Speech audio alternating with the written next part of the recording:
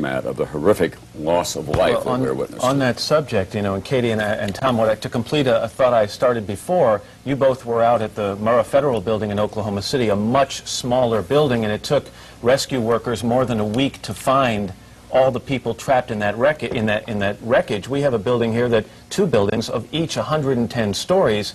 It's mind-boggling to think of what it's going to take over these next days and weeks to find survivors or victims of these explosions. And of course, it continues to be a terrifying situation because there are a number of planes up in the air as this took place, and a number of unconfirmed and frightening reports about those planes that we heard earlier from Jim Miklashevsky, that somebody had gotten word at the Pentagon that perhaps there is another plane, whether they were talking about the one north of Pittsburgh or it's completely unclear.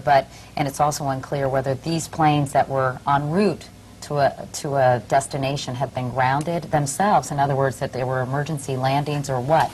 I think it's very difficult to get any communication with airports all across the country because they're, I'm sure, completely chaotic. Katie, you know from your time in Oklahoma City and all the time that you spent with the victims there, the psychological effect of all of this on this country and how it's going to affect our whole sense of security and, in a way, our sense of innocence about this is Fortress America. It couldn't happen here. We said that about the Murrah Federal Building. We even said it about Columbine High School. This is an incident of a whole different magnitude. I have to say, I've never, ever, witnessed anything quite as horrific.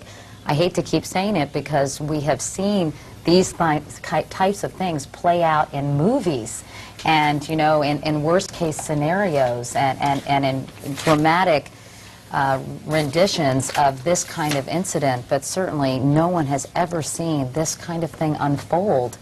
And it is really shocking. We want to go now on the phone. We have Neil Livingston, who is an expert on terrorism. Mr. Livingston, can you hear me?